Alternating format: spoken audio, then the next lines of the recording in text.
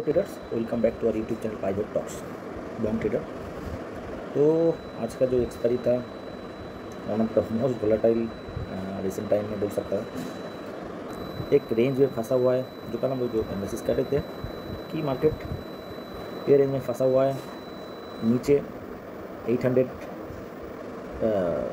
का नीचे क्रॉस करेंगे तो हम लोग को सेल करना है, और 33,000 का ऊपर कैंडल क्लोज देता है, मतलब क्रॉस करके क्लोज देना चाहिए। एक्चुअली अप साइड में ऑलवेज क्लोज मैं प्रेफर करता हूँ और डाउन साइड में क्रॉस।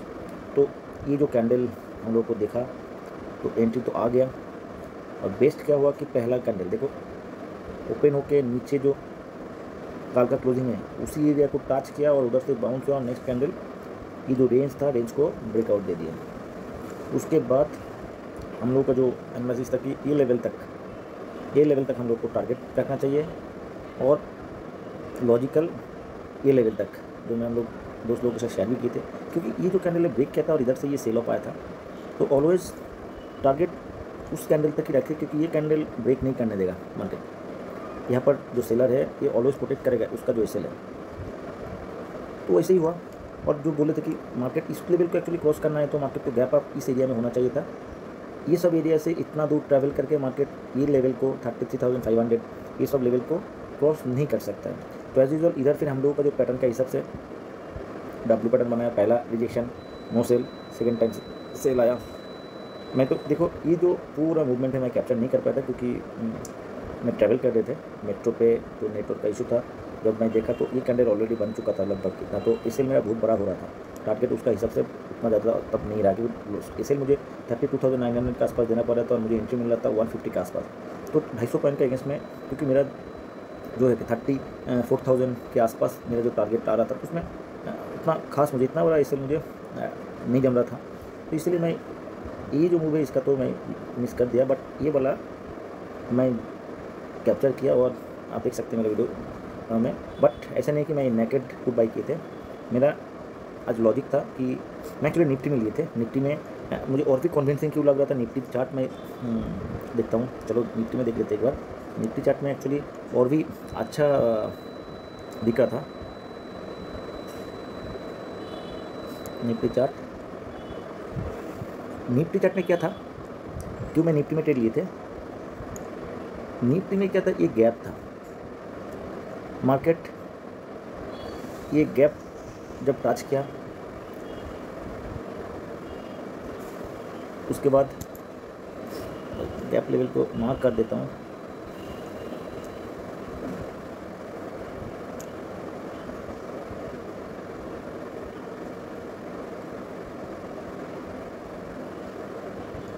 ये देखो ये लास्ट कैंडल और गैप था, तो ये लेवल मैं मार्क करके रखा हुआ था। और जब यहाँ पर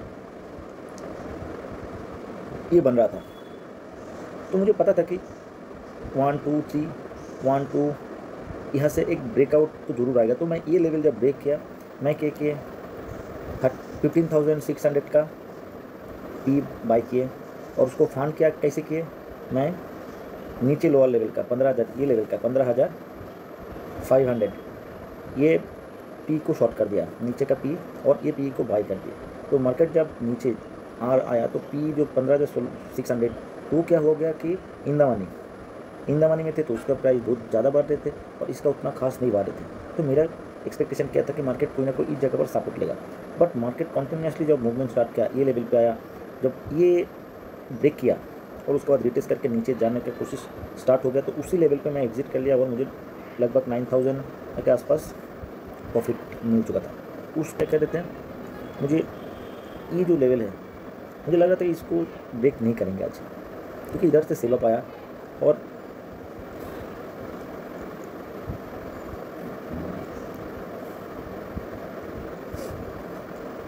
देखो ये जिस कैंडल सेल ऑफ स्टार्ट हुआ था उस कैंडल का लो मार्क कर देता हूँ।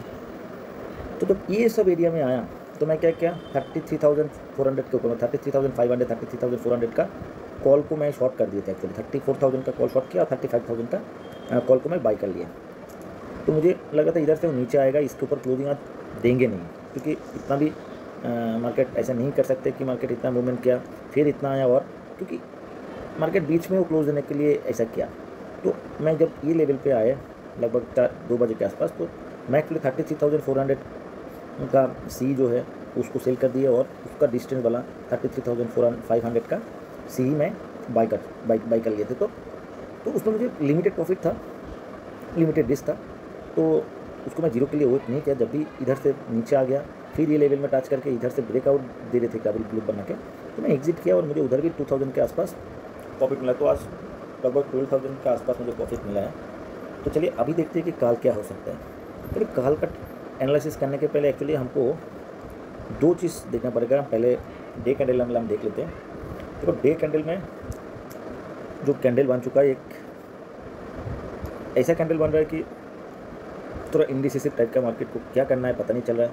बट ऊपर से एक ट्रेंड लाइन देखो, ऐसे ट्रेंड लाइन आ रहा है, नीचे से एक ट्रेंड लाइन ऐसे जा रहा है। तो मार्केट कोई ना कोई कंसोलिडेशन में आ गया, मार्केट का मूव ऐसा हो रहा है। तो मुझे अभी भी एक्चुअली लग रहा है कि मार्केट काल भी एक साइडवेज मूवमेंट देगा, क्योंकि साइडवेज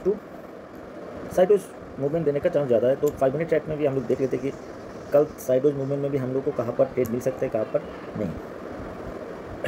तो अभी हम लोग का स्ट्रेटेजी सिंपल रहेंगे। तो नीचे में 32,600 जो ये बेस है, ये जो साइडवेज मूवमेंट के लिए फिर आज जो ब्रेकआउट करने के इधर से बाउंस लिया, तो ये लेवल सपोज कल ये सब लेवल में ओपन हुआ और इसको क्रॉस करने के साथ साथ हम लोग इसमें सेल एंट्री करेंगे और हमारा टारगेट रहेगा ये सब एरिया।